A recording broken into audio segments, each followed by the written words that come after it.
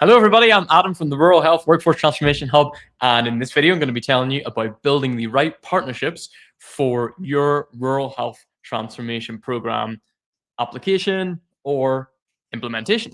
So what is it about?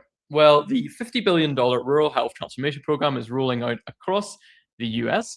Actually, in Alaska last week, their letter of interest application form closed, and there were 1,800 submissions. So this is a really popular program to get some much needed funding into rural healthcare providers.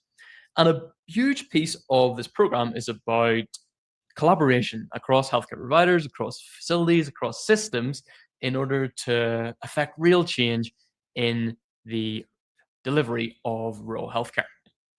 So at the Rural Health Workforce Transformation Hub, we're specializing in supporting healthcare providers in applying to these grants, winning the funds, implementing programs across recruitment, public health, tech innovation, and also doing a lot of the boring compliance stuff. So I'm really excited for this webinar, and we've got two very special guests, Dr. Michael Fitzmaurice and Jim Hamilton from the Department of Doing Good. Before I bring them in, I just want to show you a few things on what partnerships are about here and why they're important. So firstly, I'm going to bring up, this is from the state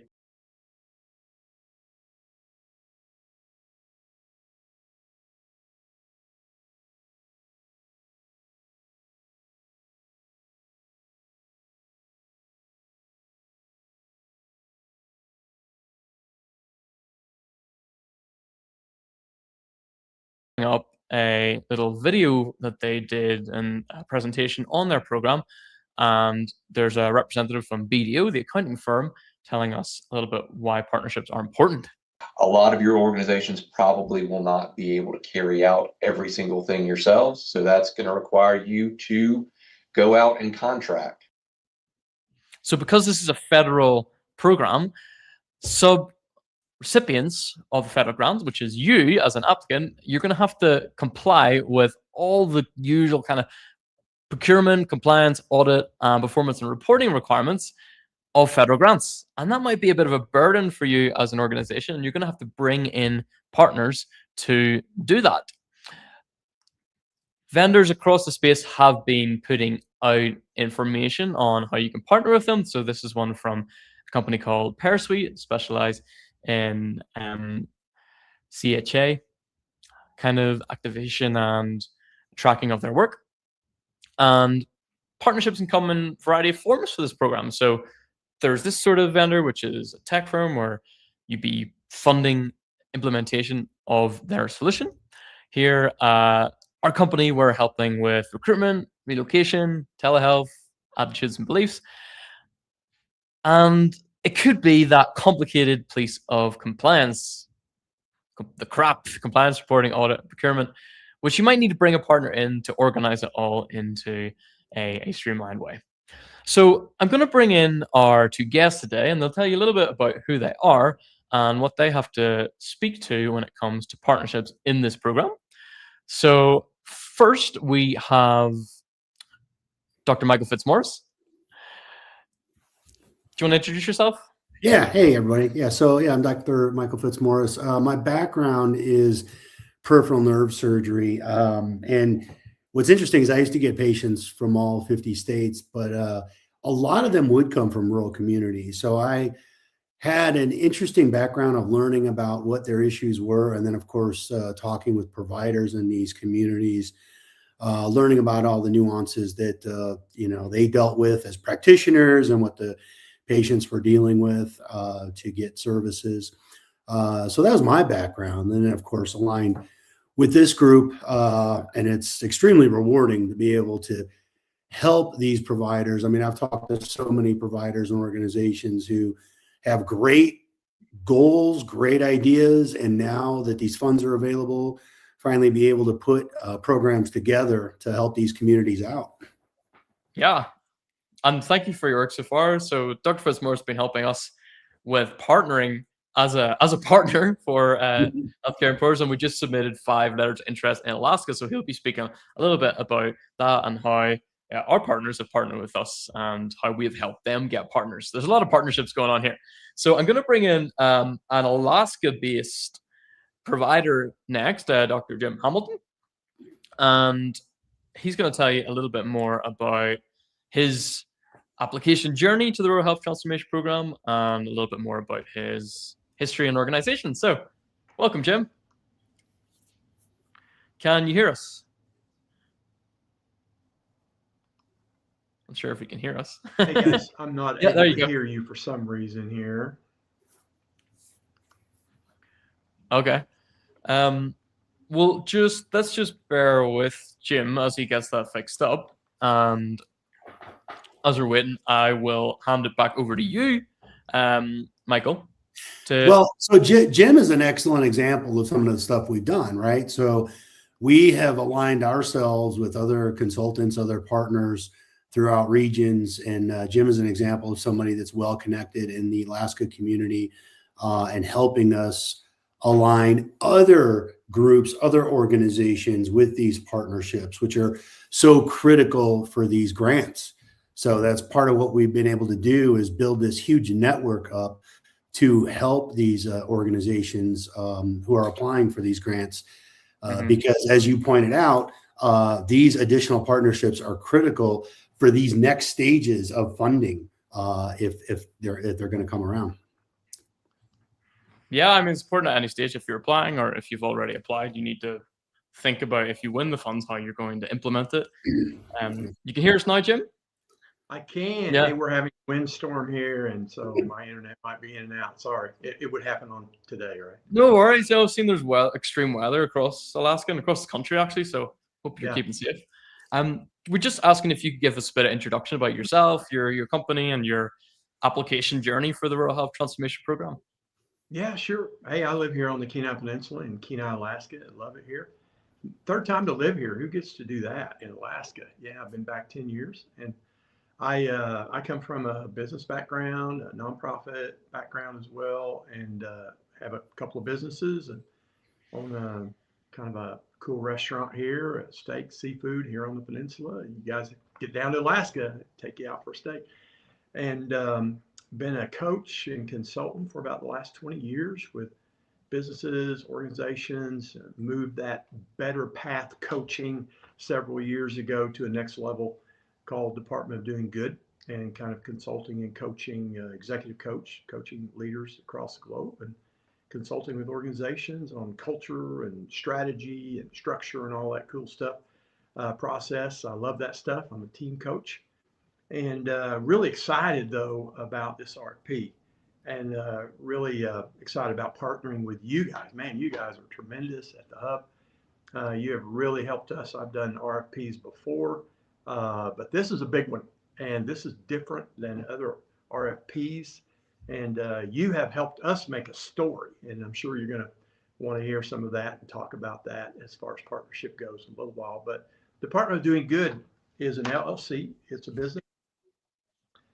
But it really is a business that has and takes very seriously and is very passionate about social responsibility. So we do a lot for free around the world.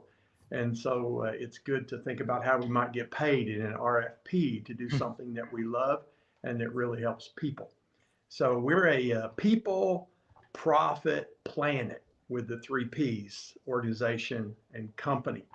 And we're excited about what's going on in rural Alaska and the transformation that can occur. Yeah. No, we're excited. We're excited to hear more about what you've been doing. And one thing that struck me about your company is that you're very ingrained in the communities that you want to operate in, and different from maybe most organizations is that you've thought about all the different holistic parts of healthcare. So there's the spiritual side of the churches you're involved in. Obviously, there's the remediative care aspect, and then there's the preventative care. So we'd love to hear, whenever you saw this grant opportunity come out, how did you approach thinking about what partners you could bring in, and then how did you go out and find them? Well, you know what caught my eye and my mind and attention was this rural health initiative, right, for Alaska. And it's just so large, it's hard to wrap your arms around it. And I mean, I have we adopted 3 Native kids when they were young. They're in their 30s now. They've given us 17 grandkids. You know, we've been adoptive parents. I've been entrenched in networks in North South Dakota where we had 15 Indian reservations working with Native people. So all my life for the last 40 years, I have I have family who are Native. I've been entrenched in Native work on reservations here in Alaska. And I just, Lisa and I started out in Alaska in 1985 at a children's home, working in a children's home with Native families, Native kids. And so our whole life has just been tied up into First Nation groups, led, an organization, aviation organization that flew out to 118 of our villages here out of our 240 or so villages in Alaska, just serving nonprofits there, churches, elders, people. So my whole life has been about serving other people, and so I'm really entrenched in Native work. And so my big region is our pilot of our RFP in our 5-year plan, and it is to help set apart from a cookie cutter kind of an approach that we often get for our rural communities. I mean, I live in a rural community in Kenai, Alaska, right? 6,000 or 7,000 people. But our villages are not rural communities. They are tribal communities. And most of them are fly-in only. Makes a big difference in how you approach an RFP and a rural initiative like this one is for transformation. So I've not been this excited in a long time to be part of something that can possibly be so transformational in our tribal communities in a rural initiative like this. And of course, our work is more along the lines of suicide prevention, working with young people, high schoolers, 12 and up youth, young adults that touch families, and how, all within the cultural sensitivity context of what I've been entrenched in my whole life. So I'm pretty excited about this initiative. Yeah. Well, so it sounds like it's been like a life's work, cultivating these kind of connections that you have in the community, and then you're just sort of activating them, ones that you've got on the bench. And I wanted to ask you, Michael, then, of the companies that we've been working with, what are you seeing them doing when it comes to partnerships, and like what's working? How do they outreach to partners? How do they win partners for their programs? Well, the biggest key is understanding most of these rural communities are going to have some sort of tribal health alliance. Like that's where these communities are. There's a large, tribal aspect to these. So if they didn't have those kind of partnerships, that's really big for us to help align them with those because part of the grant is if you're going to need workforce, can you integrate the tribal communities and help them with workforce initiatives for whatever their goals are, because that's the community that you're going to be helping. So this, I think, a lot, and Jim pointed out too, another obstacle is the distance, the transportation aspects, and so working with various partners for that. So, but we look at this as what is the goal? First of all, what exactly are you trying to achieve?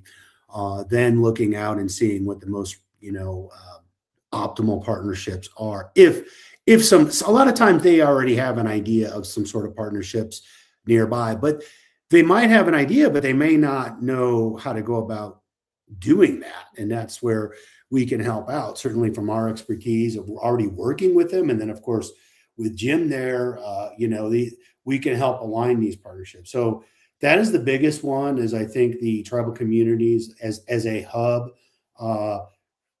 to help out in so many various aspects of the program that they're looking at developing. And the state is looking at that very closely. These will play a big part in determining the funds once the next phase, if the letter of interest has already been submitted. This next phase is going to be critical. And it's not too late to get in these partnerships, but very important that we help out. And we just have to, first of all, look very closely at what exactly the goals are, and then see in those communities what partnerships we can align. Mm.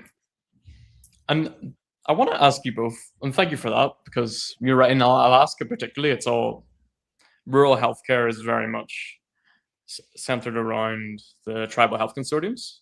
And we've certainly seen that in partnerships that we have been doing that. As I said, 1,800 applicants to this letter of interest. And like the priority, I think, is going to be funding that money into the villages and the tribal health consortium. So even if you're a non-tribal entity and you have applied, it's a really good idea to start reaching out to your local tribal health consortium and saying, like, have you applied to this? They probably have. And ask them what needs they have, or ask them how they think you could help them. Which brings me on to my next question for both of you, is how do you practically go about sourcing, qualifying, and then actually reaching out to and convincing your ideal partners to partner with you and work with you on your program? Do you want to take that first, Jim? Sure. Yeah, I mean, filters are a good way to do that. And I could offer just a suggestion about 3 filters that we consider. One is alignment. Do they care? Because for us, it's all about we care. We want to help. And we're never going to do an RFP for something we don't deeply care about and we're not passionate about, and helping, that helps people and creates movement and transformation. And I mean, I just had this talk with 2 executive chefs at my restaurant recently who kept sending out some food I wouldn't send out. And I said, your problem is not that you're not an excellent chef. Your problem is you don't care. And I want you to know you better be looking for another job, because I'm fixing to replace you before summer comes. So if you leave before I fire you, you're going to be in good shape. Because care. Do you care? And so alignment. Do you care about the same outcomes that we care about in the RHTP initiative? I'm never going to partner with somebody who doesn't care and they're just after money, because I know that that's not going to work in the end. So alignment is a great filter. I think capacity is another filter that we like to use. Do they have at least one thing or more that they can deliver in a reliable manner in the next 12 to 18 months? Can they jump in a collaborative way and deliver and create some value in this? So capacity. The third one is, commitment. Are they willing to do the 3 S's? Are they going to show up when you need them to show up? Are they going to make the calls? Are they going to, show up to the meetings, to prep, whatever? And are they going to sign up? Are they going to be collaborative and sign up here as a real partner? And then are they going to share? Are they willing to share in a plan that is good for everybody in a collaborative effort? But mostly, is it good for who we're serving beyond us? So those are 3 filters that we like to use. Love that. Do you want to go ahead? Yeah. I mean, so basically, when we look at somebody who has a plan and looking for partnership, like Jim said, if most likely that they would be serving a community that would involve tribal, communities, that they would want that service. Like we're taking on, partners and helping them provide a service that most likely they would want. So it's a fairly straightforward partnership. I mean, we're providing a service to their community, and we're going to get them involved, and we're going to align together and partner. But we wouldn't present a project to one of these tribal organizations that wouldn't be a benefit to them. So when we do this, everybody wins. it's that's the whole point. Otherwise, I don't know if we would be really involved. But there's a lot, and that's not, there's a lot of great programs. There's a lot of great submissions. This is going to be very rewarding. But it's, typically if we're going to talk, or we get Jim involved, he's going to talk with one of these tribal communities, we have something to present them that they're going to be excited about. They're going to want to be involved because their community will benefit greatly, either from services provided or training and integrating people within the community for workforce. Some aspect, there is going to be a benefit. Can I say something there? We're really talking about tribal sovereignty here, right? To Michael's point. And for partnership and collaboration to really work, it's a little bit of a different world when you consider tribal sovereignty. And so you have to lead with listening. You can't start with talking. I mean, it is a different way to build a partnership with a tribal entity. And when you lead with listening, you've got their attention, because silence is golden. I mean, silence is something in a native context that is part of cultural sensitivity you have to be aware of. It's okay to have space and everything be silent, but in Western culture, that's typically not the case. So you got to lead with listening, and then you have to kind of share the steering wheel, so to speak, right, with tribal entities.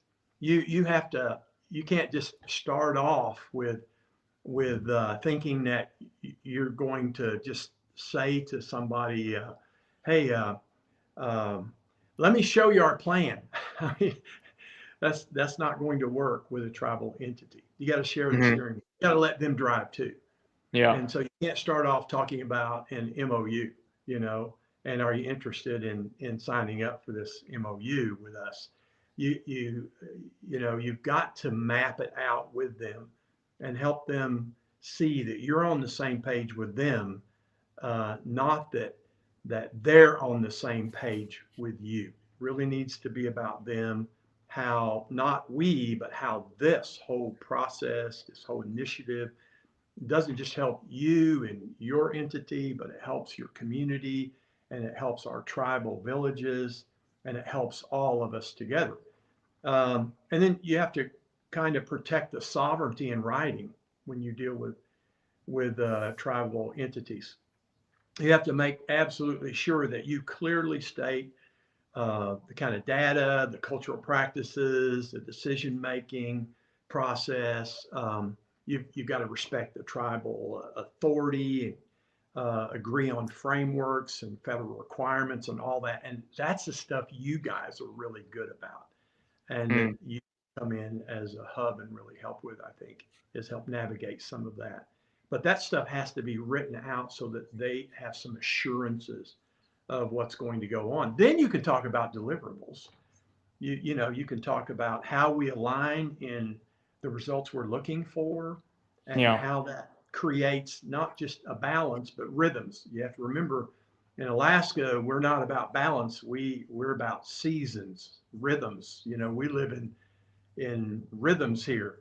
Part of the year is I'm going to put my moose up. Part of the year I'm going to fish. It's just seasons. Part of the year I'm going to fix my equipment. I'm going to get my wood in another season. So Alaska is about living in seasons. And so all of these are important when you're dealing with tribal entities for commitment to partner. Thanks. I can tell how much experience you have in that area, like just based on the seemingly kind of counterintuitive for the Western mind on how you would interact. Like we think we should interact the same with everyone, but I actually was at the Washington, well, it's called the Northwest Rural Health Conference, but it's Washington really. There was a presentation on working with tribes, and she said the exact same thing about listening and taking a step back. It kind of brings me on to the flip side. So we've kind of been approaching it there on if you're approaching a tribal entity, but what if you're at a tribal entity and you've applied for, say, $1 million here? you're expectant you're going to get some funding, at least half of that.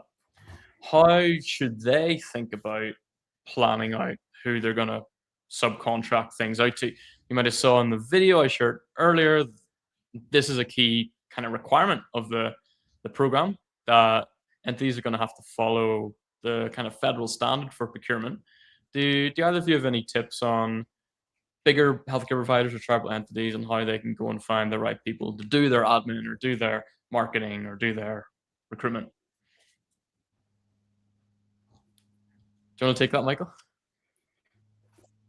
Yeah, well, so a lot of the bigger organizations, this is such a massive undertaking, and when you look at it, there are different components. That's where a group like us can help out, because we've evaluated even sub-partners. Like technology is a very big aspect, so how to improve that technology aspect within their program. A lot of times they might be able to help out with, let's say, workforce, or they might need help from like marketing, but there are certain little areas within these big programs here, these big grants that they're looking at, that yes, they, that's where I feel like we are a big benefit, because we have evaluated all these various issues that can come up, and then either ourselves or we know of sub partners, if however you want to call it, that can help with the additional parts of this process. But I don't, it's hard though for an organization to come along and be able to put everything together for this, because there's a lot to this, a lot of even the administrative oversight, keeping everything in line and the outcome data. But it really, that's where we have to look at each individual plan and see what pieces are needed for this to be a fully fundable grant. And then once it is, how to implement the whole thing. Yeah. Yeah, I think it's really, what Michael said is really good. I also would just add a little bit more practicality even to that. When you're not associated with a tribe, you are an outsider, and you have to admit that. And so the only way in is to not act like you're associated, but you can prove your experience and your connection. And that's like a guy like me. I mean, I've raised kids, through adoption or native, I have grandkids, I have deep ties to our villages. I've served people in the villages. I know lots of people in different regions of Alaska, in tribal communities. And so I don't pretend to be native, but I'm not embarrassed by loving our native brothers and sisters, and I am always glad to serve them like I would anybody else, and probably even more so. And so a deep connection, if you have a deep connection, or someone in your organization has a deep connection, or you already have some experience serving tribal entities, then you have a foot barely in the door. And then you have to be able, in your leading with listening and some of the other filters that I've mentioned, you have to help your partners, potential partners, see that their own priorities are reflected in the RHTP story that you put together in the RFP, and that this does benefit them, and it doesn't duplicate the services that they offer in any way. For instance, as an example for us in our RFP, we found gaps in behavioral health. We found some technology gaps. We found some preventative care gaps. We're not a hospital, we're not clinical specialists, but we are people who can help bridge gaps and create connectivity, and come up with some really good conversations about what does preventative care look like with a tribal entity that may not have had some of those, especially with expertise like mine and our team. We've been in global contexts with lots of other cultures before. I mean, I can remember working with 9 brilliant doctors, Michael, on a team that was working on mortality rates for infants around third world countries in a $52 million project, right? And about 4 or 5 years ago, now they've set records in third world countries for infant mortality rates. And they did it because of some coaching, just team coaching. And these were brilliant people. Man, they would make me look like a total idiot in the room. But expertise in coaching brought them together, right? Consulting. So there are a lot of ways to get your foot in the door if you don't pretend to be who you're not.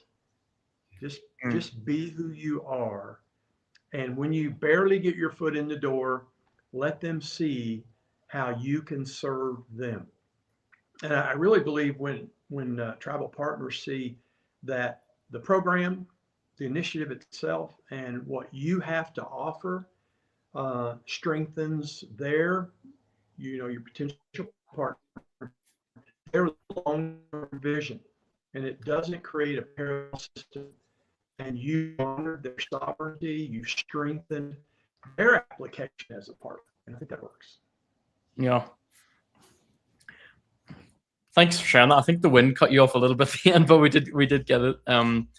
That I want to just pull up again this in terms of thinking about all the different pieces that will come for this that are unexpected as well. So we've had several conversations with larger health systems and tribal health consortiums that are really looking at this piece too when it comes to implementing, and how the strain isn't really competence, but it's capacity to bring on a whole new $1 million, $2 million program and then execute it compliantly and not have to give money back, and to report things accurately and just not have to worry about all the admin pieces.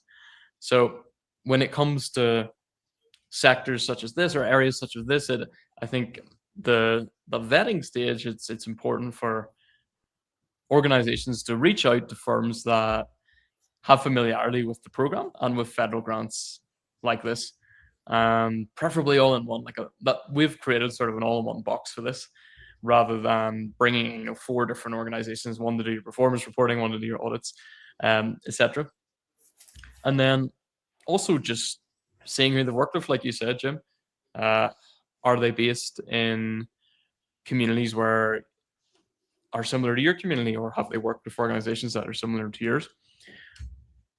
And just on your point about listening, I think that's the most important thing, really. You have to listen to what organizations actually do and not what they're pitching you based on what they want you to hear, but go beyond the pitch, look at what they've done, look at their website, look at their team, and figure out if they'll be able to support you on this program as well. Like, do they know about the Rural Health Transformation Program, or is it something that's going to be entirely new for them? So thank you both for your considerations. I just wanted to follow up with one more, which would be practically, like, how do you do it? I mean, do you pick up the phone? Do you send an email, a letter, carrier pigeon? What is the best way to actually get people who haven't spoken to you before, maybe to get on board? I know you've done a bit of that, Michael, for one of our partners. I like the carrier pigeon technique. I haven't used it yet. I'll have to see. I feel like it should be an eagle, though, in Alaska. So I like the phone call, but sometimes people are busy. It's a mix, really. I'll do research and I'll try to look at the group that I'm trying to reach out to, and phone calls, text, emails. Some people respond to certain ones better than others. Personally, because I know from mine that I probably respond to an email. I hardly ever pick up the phone, and it always goes to voicemail. Everyone's different. Some people you might catch them at the right time.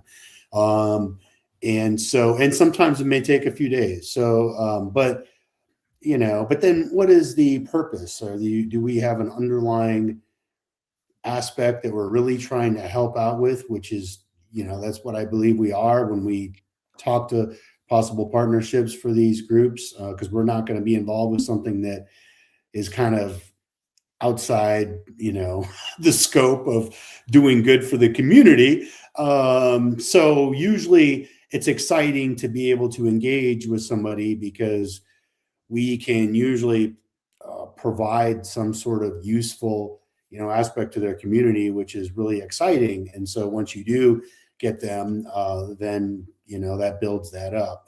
But how to actually get a hold, I mean, it varies. Everybody is a little different. And I'll tell you one thing I've realized is if you're trying to reach out to providers of any sort, they are extremely busy. Alaska is unlike any other state, and they're going through a lot. There's a lot on their plates right now, and they need this funding bad. But that also escalates to higher level administrative staff. Sometimes they have more on their plate too. So sometimes it's tough because that's just the way it is in these rural communities in Alaska. They're trying to handle a lot. Yeah, that's true. I know for us, one thing that we did, I mentioned mapping. I mean, we mapped out the region. RFP in 5 years will cover all the regions of Alaska that are tribal and takes aviation or another way besides a car to get there. And we looked for the sleepers, right? You often do not think in partnership about the sleepers. Now, you would definitely consider in a region in Alaska, the transportation hub, the hospital hub. It's the hub for transportation, hospital. There's Manilik in Kotzebue for that whole region. There's somebody if you're going to be in that region, you got to connect with. But there are sleepers too, the school system. There's always a borough school system that services the whole area, right? And you may be looking at a hub at 20, 30, 40 villages or more around that hub. Another sleeper is the aviation provider, because you're going to be traveling, and what every RFP is about, it's about in and out a lot. And so how do you bring them on board in a partnership? Because they're obviously going to be a vendor for you at some level. Another sleeper are the churches. You have to have some clear boundaries, but they're great because guess who attends those churches in those villages or in rural communities? The mayor, the district's attorney, influential people, leaders in that community. They all attend those different churches. I was in Kotzebue not long ago, and a church had a huge room full of food boxes it was sending out to the village because a big organization had a $2 million grant to supply some food where there's food scarcity in outlying villages. And that church was a recipient. And I had never seen so many food boxes going out to villages. And they partnered with the local transportation aviation hub in that village, right, to get that out there. They didn't beat anybody up over the head with the Bible. They didn't solicit. They were a willing partner to help their community. Churches, often aren't thought of. Nonprofits are all about helping people. So often a small nonprofit in a tribal entity, a tribal community becomes a sleeper. So if you map out wherever it is your RFP is focused in the place and the people, then I think it's worth getting the attention of every single one of those folks. And then you just write out a call, a short email. One thing that we've done that both of you know is that we put together a landing page, like a published website, that summarizes, but it's an inspirational summarization of what our RFP is about and the results and how it will be valuable for people. And everybody who sees it's like, wow, man, it's professionally done. I mean, we do it, but it's professionally done. It's professionally looking. It's different than the 50-something pages I sent you, Doc. Yeah. I didn't expect you to read through all those. But that landing page is great. And so after I've talked to someone, I sent them an email, not asking. The email can't present itself as do me a favor. It can't do that. It has to communicate in your email that this can create shared value as in this collaboration. You're not doing me any favor by giving me a letter of intent, right? This is for both of us, for shared value. And then I send them, because now I know their interest level. I can gauge it on a scale of 1 to 10. And if it's, regardless of where it's at, I'm going to get a commitment from them. I'm going to send them this link. And then I'm going to say, well, when do you want to connect again before I get off? I'm going to send them the link. I'm going to say, when? Tomorrow, the next day, so that there's some accountability. They'll look at the link if they know they've got another appointment to talk about potential partnership. Okay, giving away all the secrets. I like it. Thank you. We might have put some of those into practice ourselves in terms of, showing what you have to offer, but also showing you're aware of what they need you to offer. Not just coming out and saying, we do this, do you want to work with us? On that note, I actually have a comment here from Megan Williams on LinkedIn, who said, this is why tech vendors should have their state shortlist done already. Prioritize any state where you already have a footprint and be ready to offer support in a way that aligns with state-specific priorities. Yeah. I think that's a great point. That, well, for both sides, partnership should be between entities that have experience in their area. So we're coming up to time. If anybody wants to partner with us here at the Rural Health Workforce Transformation Hub, you're very welcome to. As I've mentioned before in a couple of webinars, we've been working in Alaska since 2022. First client was Search down in the southeast, and we helped them get 20 nurses to accept job offers to move to Alaska. And we recently partnered with 5 organizations, including gyms, to submit letters of interest. So we're here to support across your implementation and compliance pieces. And you can reach out to Dr. Michael Fitzmaurice on LinkedIn to learn more about that. Jim, if anybody wants to learn more from you, you've got a wealth of knowledge on Alaska's unique characteristics. How can they get in touch with you? Oh, yeah, they can just get in touch with me if they'd like to. It's Jim at departmentofdoinggood.com. Jim at departmentofdoinggood.com. Wonderful. And thank you all for joining. Any final words, Dr. Fitzmaurice? I'll leave it with you to close us out. No, I mean, it's just an exciting time. And Alaska's the first state, so this is new, but we've had a lot of experience. We've had some great, partnerships, teamed up with Jim too, who's, boots on the ground there. And so it's exciting to see how this does, as the word says, transform the rural communities, because there's a desperate need for this. So yeah, this is great. I'm looking forward to this next phase, and certainly with all the experience that we've accumulated, even before this project, we certainly can help out these organizations as they, prepare for these large funds. Yeah, absolutely. Thank you so much. And we'll be doing another webinar next week. Just keep an eye open, listeners, for that event on LinkedIn. You can go into my LinkedIn, Adam Chambers, to follow that. And it'll be on the Rural Health Transformation Program. We're really hoping to help everyone that listens to us apply to and win these funds and actually generate long-standing transformation in your community. So keep an eye out. Until the next one, thanks for joining us. All right. Bye. Take care.